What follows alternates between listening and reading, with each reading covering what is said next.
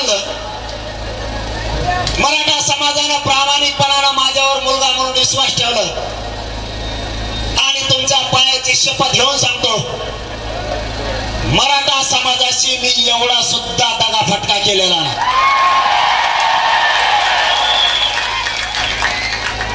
माझ्या शरीराची पुरी चांगली होऊन बसली. चलताना बसताना उठताना मला शरीर साथ देत नाही.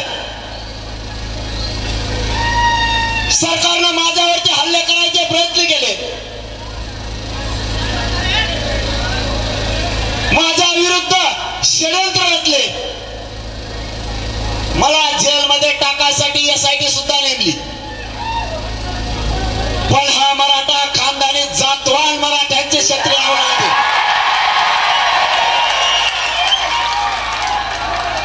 मी भेद सुद्धा नाही, माग सुद्धा सरकत नाही. तुम्हाला दिलेला शब्द आणि 6 करोड मराठा माझा जो आशानं आणि अपेक्षेनं माझ्याकडे बघतोय की हे पोरग निष्ठावान आहे, त्या शब्दाला मी कधीच तुमच्या डाग लागू देणार नाही. सरकारचं मायबाप हेच दुखलंय. मी त्यांना मॅनेज बी होत नाही, इकत नाही, फुटत नाही. बाकीच्या लोकांसारखं मी नाही केलं. खरं सांगतो तुम्हाला, छत्रपतीच्या पवित्र भूमीत उभा आहे आणि त्यांच्या पुतळ्याजवळ उभा यांनी काही दिलं असतं, पण सगळ्यावरती लाथ मारली फक्त माझ्या जातीसाठी. आई बापाओ, माझी एकच इच्छा आहे शेवटची, माझ्या गोरगरीब मराठ्यांना, करोडो मराठ्यांना आरक्षण देऊन त्या पोरांच्या अंगावर वर्दी चढलेली बघायची, बस एवढंच.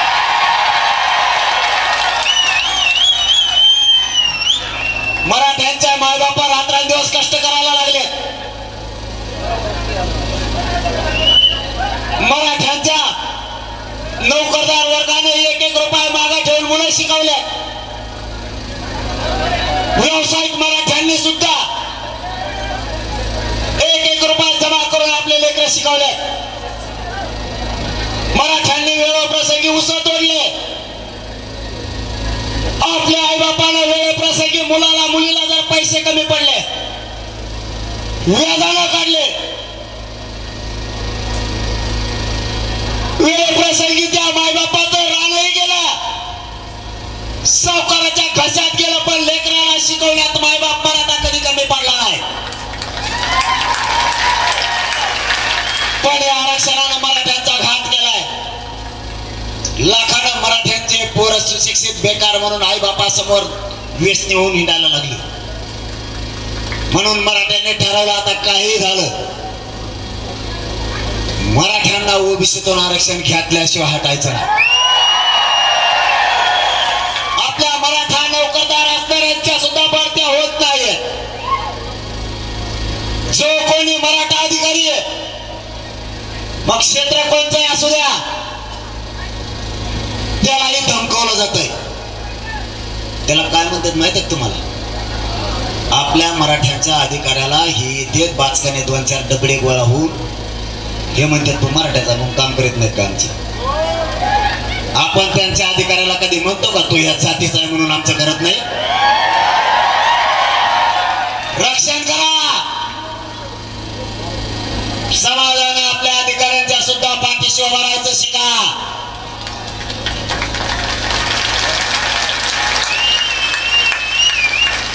अधिकाऱ्याला त्रास देते, आपल्या गोरगरीब मराठ्यांना त्रास देते.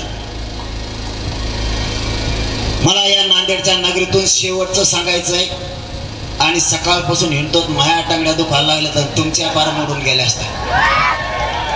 पाठदिशीवर गेलो, पण नांदेड नगरीतून शेवटचं सांगतो. नाही नाही काय मारतो का? राहत आहे ना, कवरच चालून ते म्हणतोय देऊ.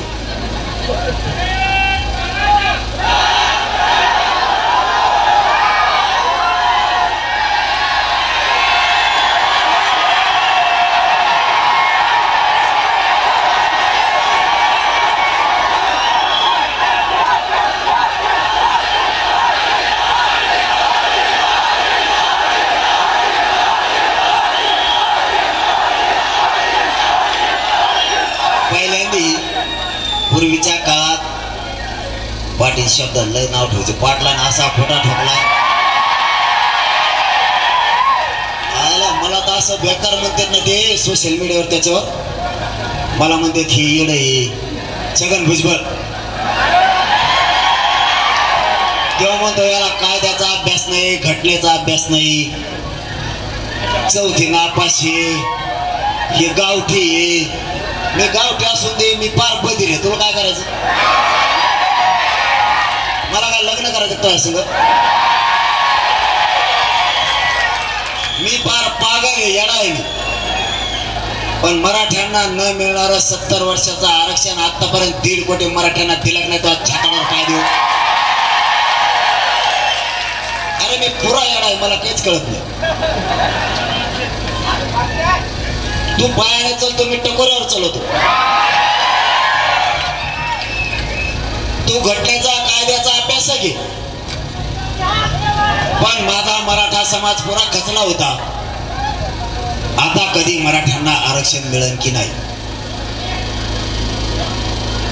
पण मराठ्यांना कळालं आता इमानदारीचा उठाव झालाय. हे शांततेचं युद्ध सुरू झालंय. आता आरक्षण मिळणार. मी सरकारला विचारलं होतं 54 लाख मराठ्यांच्या नोंदी सापडल्या. यावर मला खरं सांगा सापडल्यात का? त्यांनी मला प्रोसिडिंग बुकवरती लिहून दिलेले 54 लाख नाही 57 लाख नोंदी मराठ्यांच्या सापडल्या. मग आता 57 लाख सापडल्यात. एकाच्या याच्यावर 40 50 निघायला लागल्या. आपण 3च धरू. एका नोंदीवर 3 तरी 1.5 कोटी मराठा गेला नाही आरक्षणात. छगन भुजबळला कवा करायचं मी पागल आहे का येडा आहे? तुला चक्कर बसायची वेळ आणली मी. आणि तू जर आणखी लय दिवस माझ्या नादी लागला ना तुला जनावरांच्याच गोळ्या घ्यावा लागणार. इंजेक्शन सुद्धा तुला जनावरात घ्यावं लागतं. इतकं लांब आहे की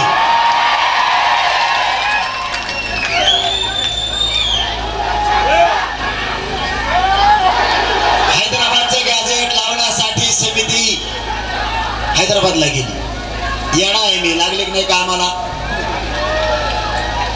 कामाला लागली का नाही? आपला असा कचका असतो. माझा या नांदेडच्या लाखो मराठ्यांच्या साक्षीनं एक फडणवीस साहेबांना विनंती करायची.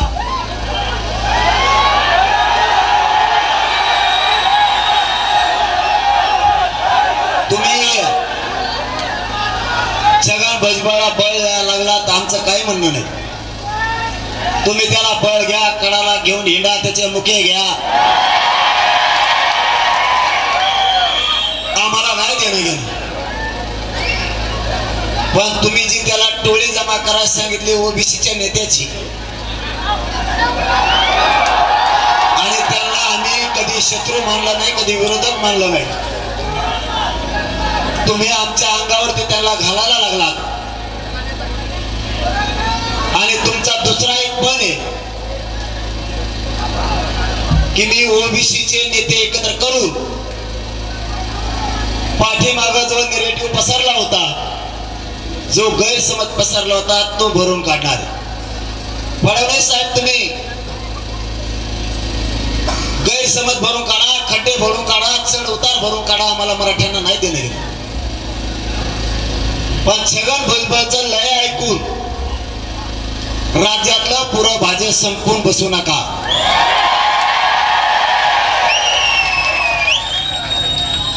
माझं तुम्हाला सांगणं आहे, आम्ही तुम्हाला कधी विरोधक मानलेलं नाही,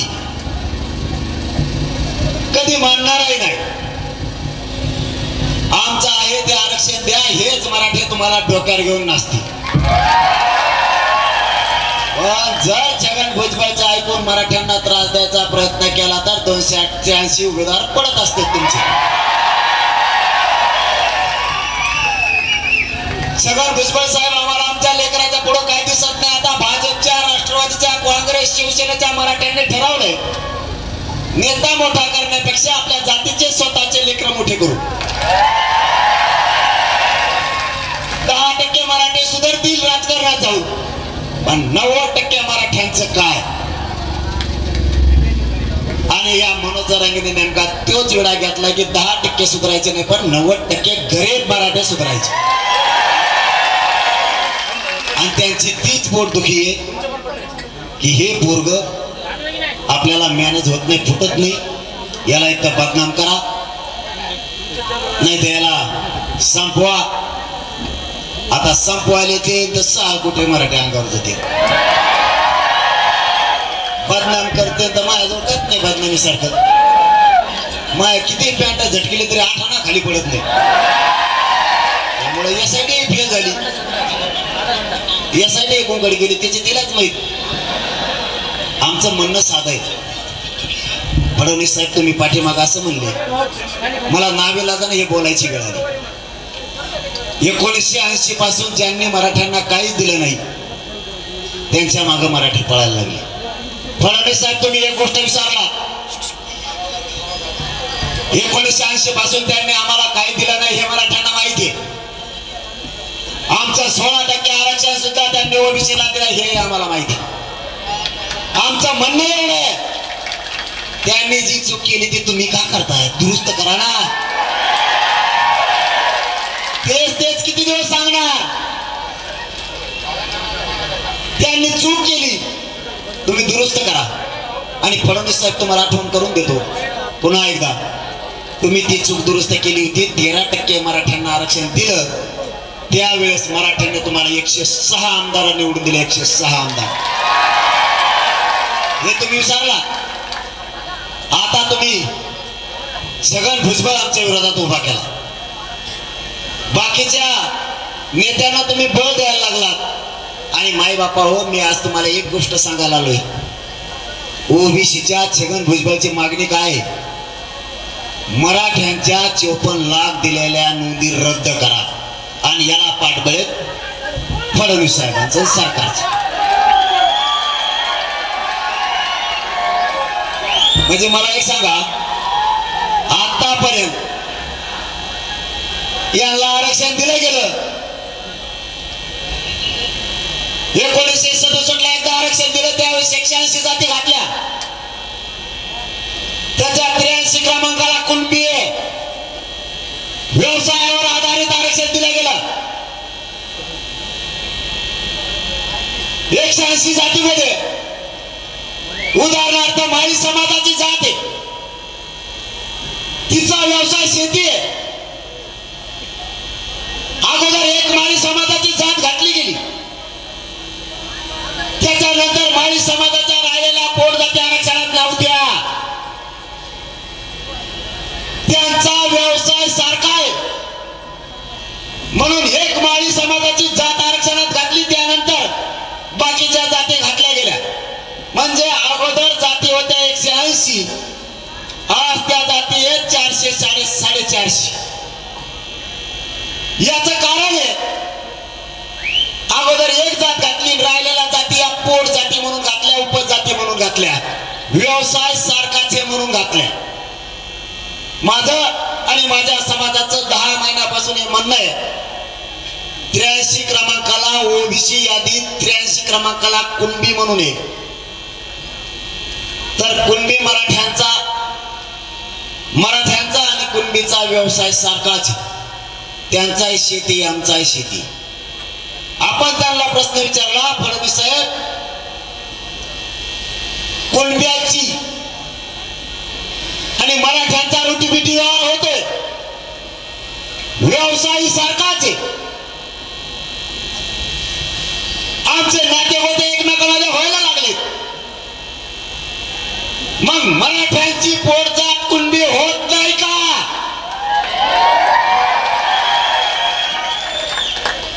तुम्ही 180 जातीच्या 450 जाती केल्या.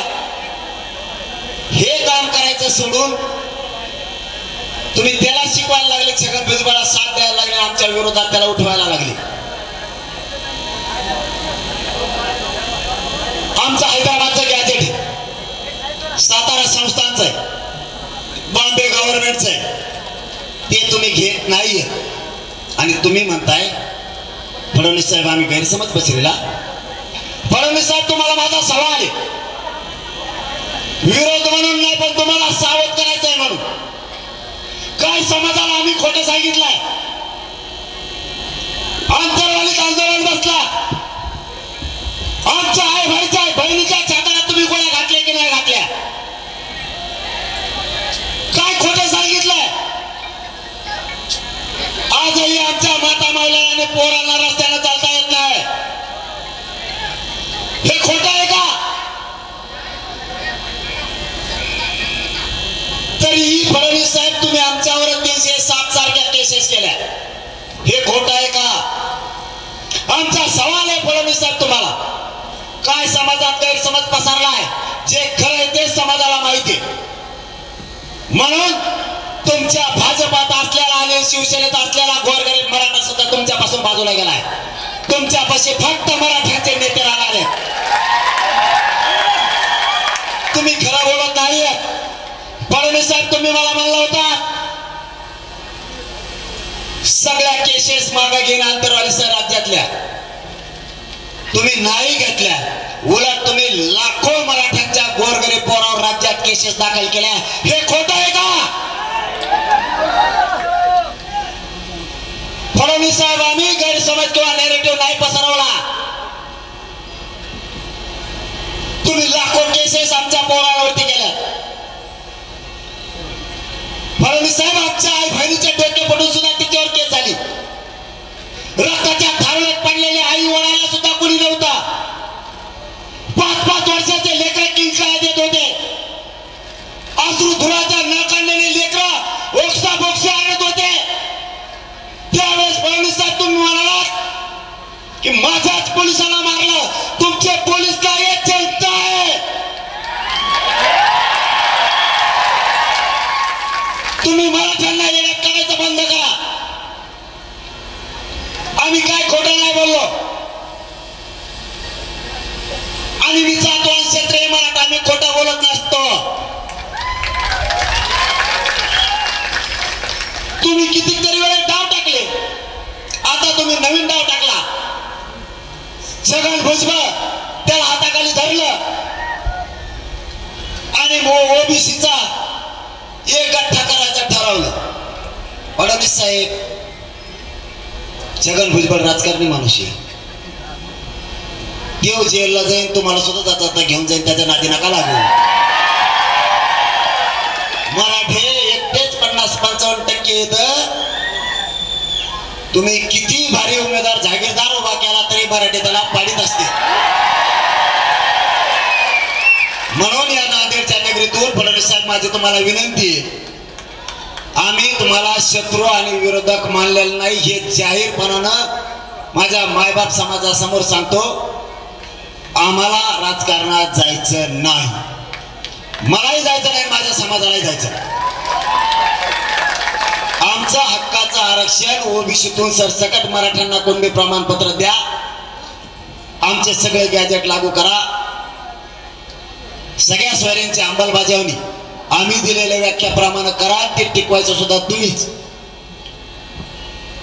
हेच मराठे तुम्हाला हे सगळं दिल्याच्या नंतर डोक्यावर घेऊन नसतील. मराठे कोणाचा उपकार ठेवत नाहीत. पण तुम्ही जर त्या भानगडीत पाळलात, खड्डे भरून काढायचे, निगेटिव्ह कमी करायचा, छगन भुजबळला पडेल पाडेल गोळा करायला लाव, तर महाराष्ट्रात एकटेच 50-55% मराठे आहेत कोणाला सुधरून देत नसते. आणि त्यातले त्या मी तुम्हाला फुटत नाही म्हणून मी बी इमानदार या मायबाप समाजासोबत त्यांचा मुलगा म्हणून डाळच शिजून देत नसतो. मी तुमची मी तुम्हाला फुटत नसतो, मॅनेज होत नसतो. मला पद नको. आणि आणखीन एक सांगायचं राहिलं राव फडणवीस साहेब, तेवढं ते बी सांगतो लगेच. त्या चंद्रकांत दादाला एकदा अधिसूचना वाचायची सांगा. चंद्रकांत दादाला माहित नसतं काही. आणि तुम्ही सोडितात त्याला आमच्या अंगावर. फडणवीस साहेब तुम्ही सोडलेलं आहे. छगन भुजबळ, तेओ, गिरीश महाजन साहेब आहेत, हे 4-5 जण तुम्ही सोडलेत. आम्हाला कळतंय. तुम्हाला वाटत असेल तुम्ही लय हुशार उपमुख्यमंत्री झालात. पण त्या उपमुख्यमंत्री पदावर बसवणारे ही जनता आहे मराठ्यांची. तुम्हाला वाटत असेल तुम्ही लय शहाणे, सगळ्याला कळतं. आम्हाला आमच्या लेकराचं कळतं, जसं तुम्हाला सत्य यायचं कळतं तसं. त्या चंद्रकांत पाटील दादाला एकदा सांगा, त्याला आमच्या अंगावर नका घालू. ती गैरसमज असा पसरायला लागलाय. सगळ्या सोयरेची अंमलबजावणी आम्ही केलेली आहे असं ते म्हणतो. मी या नांदेडच्या सगळ्या बांधवाच्या साक्षीनं सांगतो. 5 मिनिटात वर घेतो आता.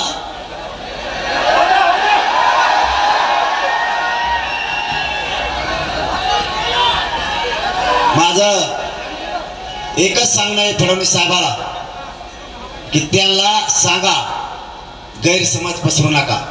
सगळे सोयरे आणि नातेवाईक याच्यात फरक आहे. नातेवाईकाचं 17ला अंमलबजावणी केलेली पण 2017ला. ते म्हणते चंद्रकांत दादा असं मीडियात येऊन बोलते 17ला त्याची अंमलबजावणी केलेली आहे.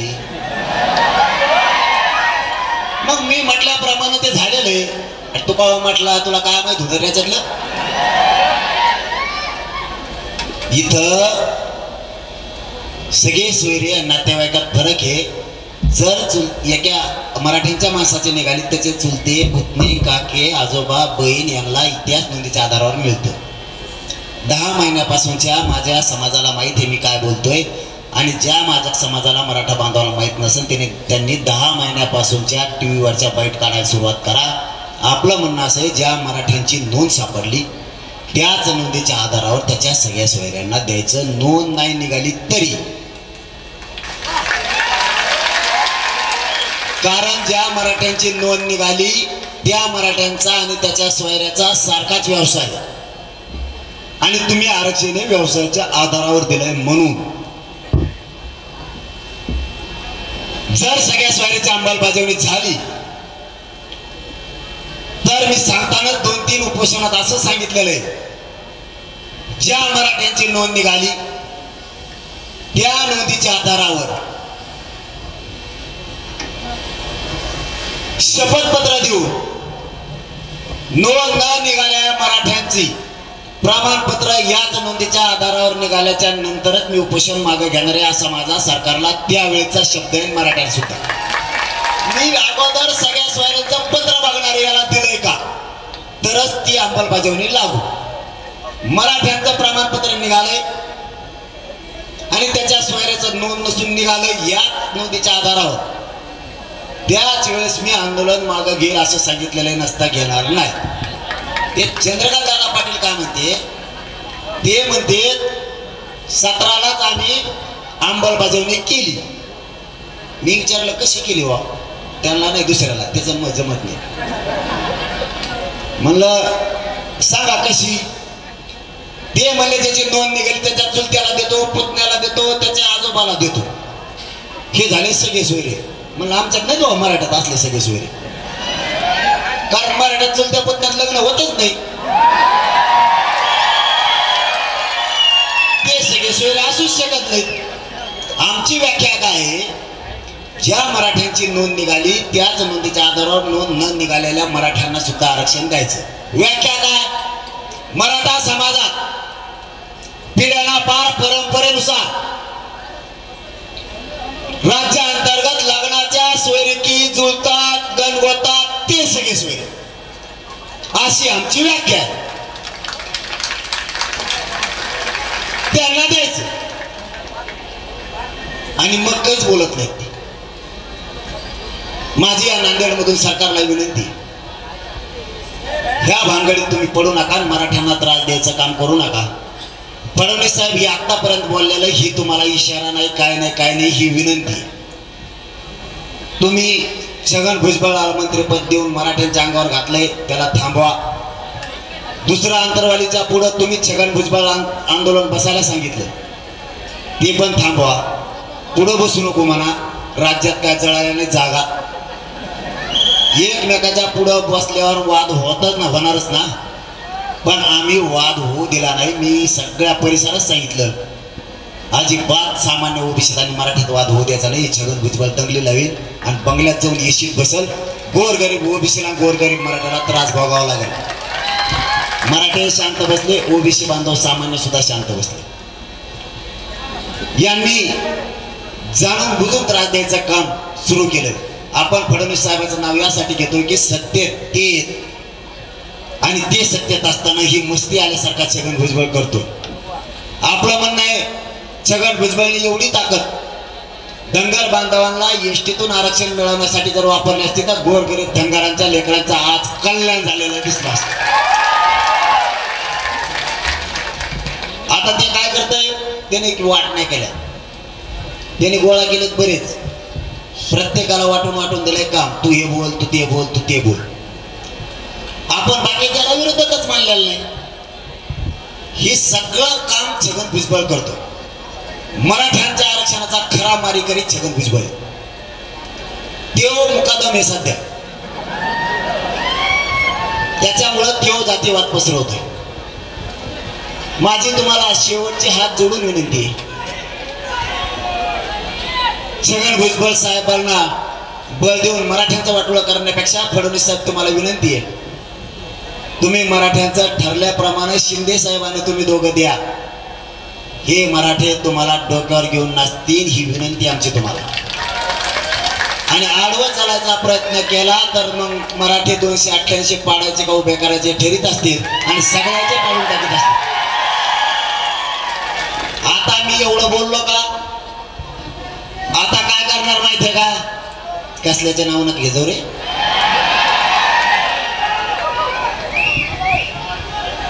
आता का मी फडणवीस साहेबांना इथून विनंतीपूर्वक सांगितलं, आता फडणवीस साहेब दुसरा डाव टाकणार. आजच सांगतो तुम्हाला, मराठ्याचे 2-4 टक्कोचे त्याच्या पैसे ते हेंद्रे 4-5 बसलेले मंत्रिपदासाठी आमदारकीसाठी कुत्र्यासारख्या मागं पुढे पळणारे, हे लगेच आता बोलायला चालू करतो. आमच्या फडणवीस साहेबाला बोलला का, तो आज आहे का तो? इथं मराठा तुझे जात आहे, तुझे मायबाप आहेत, ते बोलणार आमच्याला बोलला. आणि हे असले माकडं मायावर सोडी जाऊ नका फडणवीस साहेब. त्याचं कारण सांगतो तुम्हाला, मी तुमच्या बऱ्यावर येतो असं समजा. त्याचं कारण सांगतो तुम्हाला. आम्ही तुम्हाला विनंतीपूर्वक सांगितलं की तुम्ही ते मराठीचे 4-5 तुमच्याजवळ असणारे माकडं ते टक्कोचे मीडियात बोलायला आमच्यावर सोडता. त्याचा परिणाम सांगतो तुम्हाला काय होतो. ते माकडं बोलले की मराठ्यांचा पुरा रस्त्यांच्यावर तुमच्यावर येतोय म्हणून तुमचा ढिगारा व्हायला लागला. तुमचं सगळं उलट गणित आहे. छगन भुजबळ मराठ्यांच्या विरोधात बोलला की सगळा रोष तुमच्यावर जातोय फडणवीस साहेब. त्याच्यामुळे त्याला बळ देऊ नका, तेव्हा आपल्या पायाचा आहे. तेव्हा जिकडे जाईल तिकडे काडी लावतो. तेव्हा आधी एका पक्षात होता, त्या पक्षाचा सगळा देवारा केला दिली. आता या दुसऱ्या पक्षाचा केला आणि तुम्हाला सुद्धा फडणवीस साहेब आता त्याची 3री वेळ तुम्हाला हात घ्यायला दिली. थोड्या दिवसात तुम्हाला ते तुमचा सोबती करीन अशी माझी तुम्हाला विनंती, होऊन देऊ नका. त्याला कांदे पचले घातले, तुम्हाला नाही पचायचे फडणवीस साहेब. मी नागरिक म्हणून सांगतोय, परत म्हणतात टीका केली. टीका फेका नाही करायला, तुम्हाला खरं सांगायलो. त्याला जवळ करून त्याच्या नादात तुम्ही मराठ्यांना त्रास द्यायचा प्रयत्न करताल. आता आमचा नाईलाज आहे, तुम्हाला जर तेच विचारला तर घ्या का करता, मग आता त्याला आमचा नाईलाज आहे. तुम्ही त्याला कडावर घेऊन हिंडा काय करता, मग आता त्याचे रोज मुके घ्या, आम्हाला काय देणं घेणार. पण तुम्हाला आयुष्यातला फडणवीस साहेब पश्चाताप येईल. आपण निरेटिव्ह भरण्याच्या नादानादात, गैरसमज करण्याच्या नादानादात ओबीसीचे काही नेते जवळ केले छगन भुजबळच्या माध्यमातून. या नादात आपण अख्खं महाराष्ट्राला भाजप संपून बसलो. तुम्हाला खरं सांगतोय फडणवीस साहेब, मी हे खोटं नाहीये. तुमचे माकड सुरूच करते ना आता मीडियावर बोलायला. मी टीका केलं, मी धुणार आहे त्यांना, नुसतं बोल म्हणतो. मी हे खरं सांगतोय, खरं पटवून घ्या. तुम्हाला आता एक झटका बसला, नुसतं पाडाच म्हणलोय. मी कोणाचं नाव घेतलं नाही, काही नाही घेतलं का रे. मी आपलं म्हणलं पाडात आशिव पाडील यार तुम्ही. खरंच बा तुमचे मनापासून आभार. आणि आता तर मी नवीन नाव घेऊनच सांगणार आहे भाऊ. तुम्हाला आणखीन एक सांगतो, मराठ्यांना गोरगरिबांना त्रास देणारा ओबीसीचा नेता कोणी असो, कोणी हा म्हणतो मी सगळे नाही, कोणी असो, त्यांनी जर मराठ्याला त्रास दिला त्याला असं रपकून पाडीताना कवात न भरायला पाहिजे. आणि पाण्याच्या नंतर जो पक्ष त्याला जवळ करील त्या पक्षाचे मी सगळे पाडून टाका. एका बदल्यात 10-15 पाडी व्हायचे.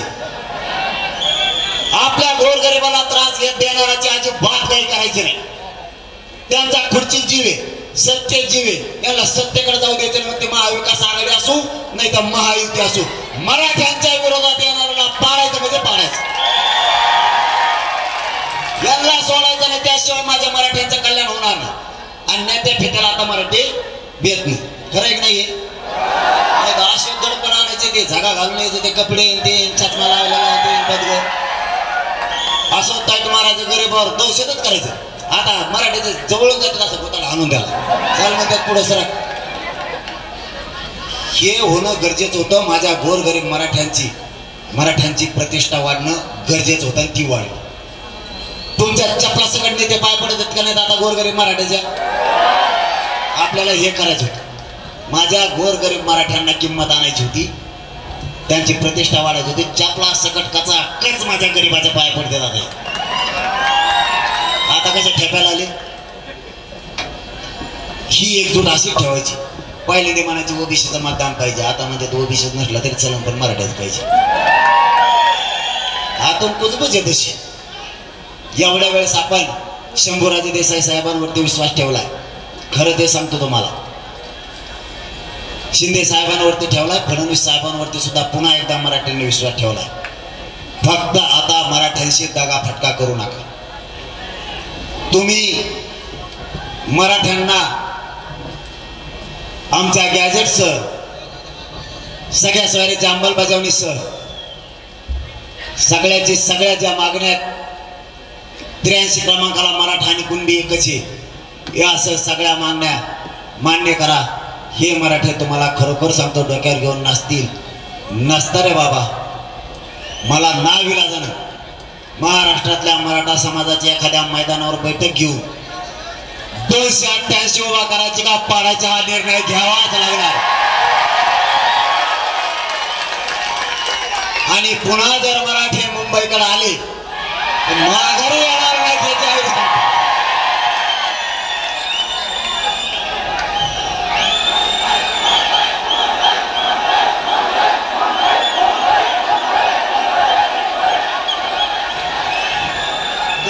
मुंबई म्हणले का ते असे कान देऊनच ऐकत येत तिथं. त्याला वाटतं खरंच येते का म्हणे.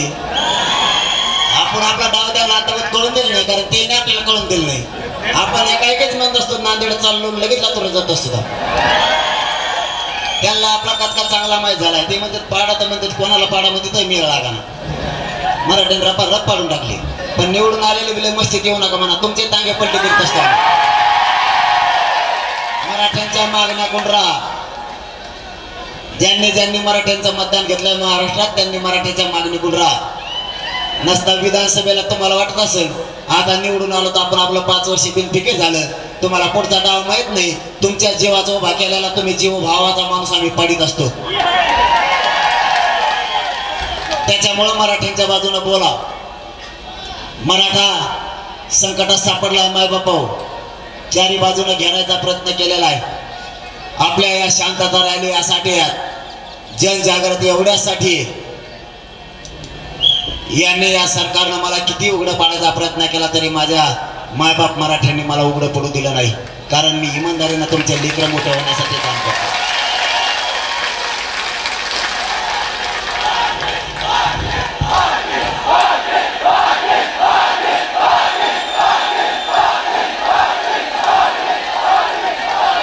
यांची एकच इच्छा आहे, याला सांभाळा.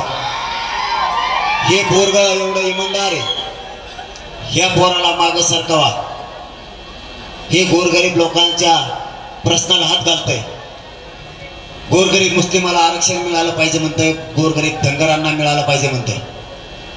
12 बलुतेदारांचा बंजारा समाजाचा वेगळा प्रवर्ग झाला पाहिजे अशी याची मागणी आहे. कैकाडी समाज सुद्धा आरक्षणात घाला, राजपूत समाजाला आरक्षण द्या, लिंगायत समाजाला आरक्षण द्या अशी या पोराची मागणी आहे. मराठा ताकदीने याच्या पाठीशी उभा राहिलेला आहे आणि माझंही मायबापावर दुसरं काय ध्येय नाहीये. तुम्ही एवढ्या ताकदीने एकवटलात म्हणजे तुमच्या ताकदीचा गैरफायदा मी घेतला नाही. मी कोणाच्या रुपयालाही शिवलो नाही, कोणाचं पदही घेतलं नाही आणि मला नकोय. पण मला शेवटच्या श्वासापर्यंत मी मरणाच्या शेवटच्या घटका सुद्धा समाजासमोर इमानदारीनं मोजणार आहे. तुमच्याच खांद्यावरती मरण मला पत्करायचं आहे, तुमच्याच खांद्यावरती इमानदारीनं जायचं, पण गद्दारीचा डाग घेऊन मला नाही मारायचं. या सरकारने मला गोळ्या घातल्या, मला तुमच्यासाठी बलिदान बी द्यायचं वेळ आली तरी मी द्यायला तयार आहे. मायबापावर मी मनच बदलून टाकली. लोक म्हणतात लाख मेले तरी चालतील, पण लाखांचा पोशिंदा जगला पाहिजे. मी ही पुरी मन बदलून टाकली. कोटीना जगले पाहिजेत, लाख जगले पाहिजेत, एक मेला तरी चालन ही मी मन पत्कारली. म्हणून मी मरायला तयार आहे, पण करोडो माझे मराठी मरायला मी नाही बघणार ते मरताना. माझी प्रामाणिकपणाने इच्छा आहे की या मराठा समाजाच्या मायबापाने जे स्वप्न बघितलं की माझं लेकरू अधिकारी झाला पाहिजे, तेही IPS दर्जाचा अधिकारी बनलं पाहिजे, IAS दर्जाचा अधिकारी झाला पाहिजे. प्रत्येक आई बापाचं स्वप्न आहे की माझं लेकरू डॉक्टर झालं पाहिजे, तहसीलदार कलेक्टर झालं पाहिजे, माझं पोरग इंजिनियर झालं पाहिजे, हे आई बापाचं स्वप्न आहे. माझ्या मुलानं माझ्या मुलीनं उच्च शिक्षण घेतलं पाहिजे, हे प्रत्येक आई बापाचं स्वप्न आहे. ते स्वप्न साकार करण्यासाठी रात्रंदिवस जीवाची बाजी लावून मी जीव सुद्धा तळ हातावर घेतलाय. इतके शत्रू मला वाढले, सरकारही माझ्या विरोधात, विरोधी पक्ष सुद्धा माझ्या विरोधात आहे. सरकारनं माझ्या आजूबाजूच्या लोक फोडून त्यांना पत्रकार परिषदा घ्यायला लावून त्यांनाही माझ्या विरोधात उतरवलं, तरी मी या समाजासाठी एक इंचही मागे सरकणार नाहीये. तुम्हाला शब्द आहे माझा, या मराठ्यांच्या पोराला आरक्षण दिल्याशिवाय, तुमचे लेकर अधिकारी झालेला बघितल्याशिवाय एक इंच सुद्धा मी मागे सरकणार नाही. मी नाही भेटेल ना मराला, यांनी कितीही गावं टाकले तरी नाही मी मागे सरकार. यांचं सरकार पडेल किंवा येईल याच्याशी मला नाही देणं गेलं. माझा समाज मोठा झाला पाहिजे हे माझं बिरुद वाक्य. यांच्या जाती यांनी मोठ्या केल्या, तेव्हा यांना आम्ही जातीवादी नाही मानलं. आज माझा मराठा समाज एकत्र आला, एक गट्टा माझ्या मराठा समाजानं मतदान केलं तर हे मराठ्यांना जातीवादी म्हणायला लागले. अरे तुमची जात एकत्र आली, त्यांनी एक गट्टा मतदान केलं, त्यावेळेस तुम्ही जातीवादी नाही आणि आम्ही जर एकत्र आलो तर आम्ही जातीवादी. वारे न्याय, तुम्ही तुमच्या जातीला आरक्षण दिलं, त्यावेळेस तुम्ही जातीवादी नाही आणि मी माझ्या जातीला आरक्षण दिलं तर मी जातीवादी. हा कोणता नाही. तुम्ही आमचे शेकडो लोक पाडले आणि तुमचे एक दोनच पाडले तर तुम्हाला किती वेदना झाल्या. तुमचं एक पडलं तर तुम्हाला एवढ्या वेदना झाल्या. तुमच्या जातीच्या नेत्यावर तुम्ही एवढं प्रेम करायला लागलात तर माझ्या लाखो मराठ्यांचे पोरं व्यस्ती झालेत, नोकऱ्यापासून वंचित राहिले तर आम्हाला किती वेदना होत असतील. तुम्ही खोटं आरक्षण घेतलं, बोगस आरक्षण तुम्ही खाताय. आमच्या नोंदी सापडलेल्या असून सगळं भुजबळ रद्द करा म्हणतो, आम्हाला किती वेदना होत असतील. तुम्ही फुकटचे खाता, बोगस आरक्षण खाता. आमच्या सरकारी नोंदी असून तुम्ही आम्हाला विरोध करता. तुम्हाला आरक्षण असून तुम्ही एवढ्या ताकदीने लढता. मग आम्हाला नाही म्हणलं आम्ही किती ताकदीने लढू.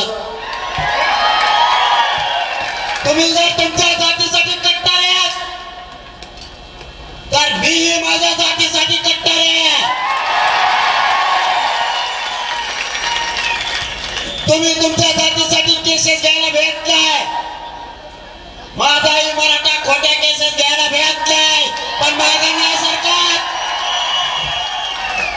कोणाला शिकवताय जातीवाद? जातीवाद तुम्ही करायचा आणि शिकवायचा आम्हाला. बोगस आरक्षण तुम्ही खायचं आणि कायद्याची भाषा आम्हाला शिकवायची. सरकारला फडणवीस साहेबांना आणि शिंदे साहेबांना सांगतो, आमच्या सरकारी नोंदी सापडल्या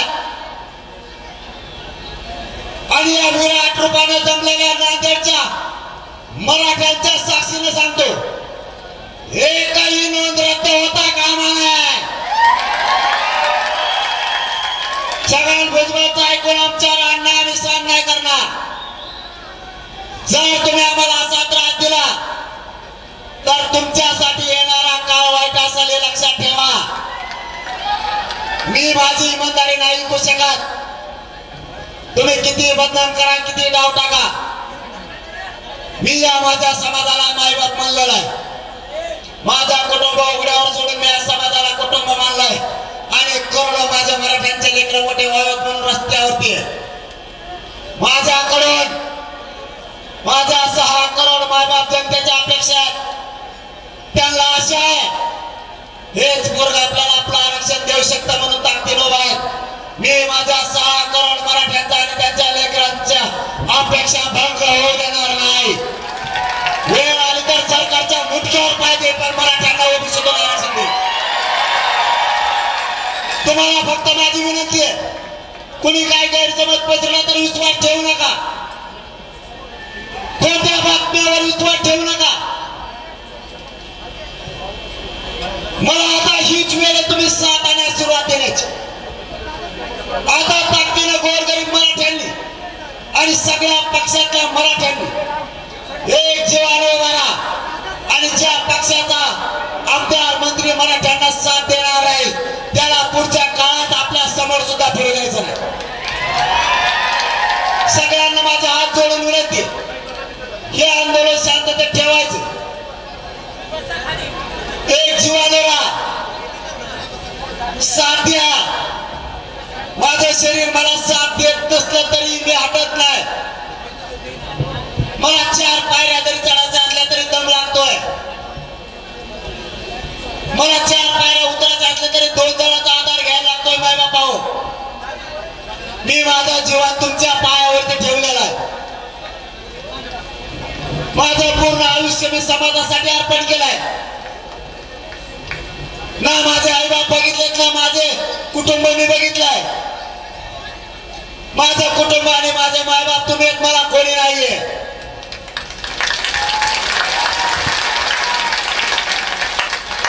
मी तुमच्यावरती आई बापाच्या प्रमाणे प्रेम करतोय.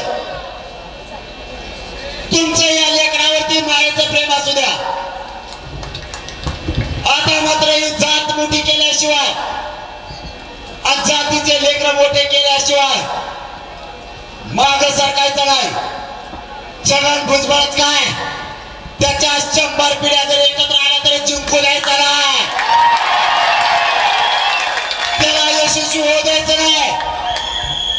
आणि गोरगरीब ओबीसी आणि गोरगरीब मराठ्यात वाद सुद्धा आपण निर्माण होऊ द्यायचे नाही.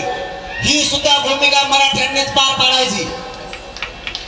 पण आपल्या जातीला ओबीसीतून आरक्षण घेतल्याशिवाय एकाही मराठ्यानं मागे सरकू नका.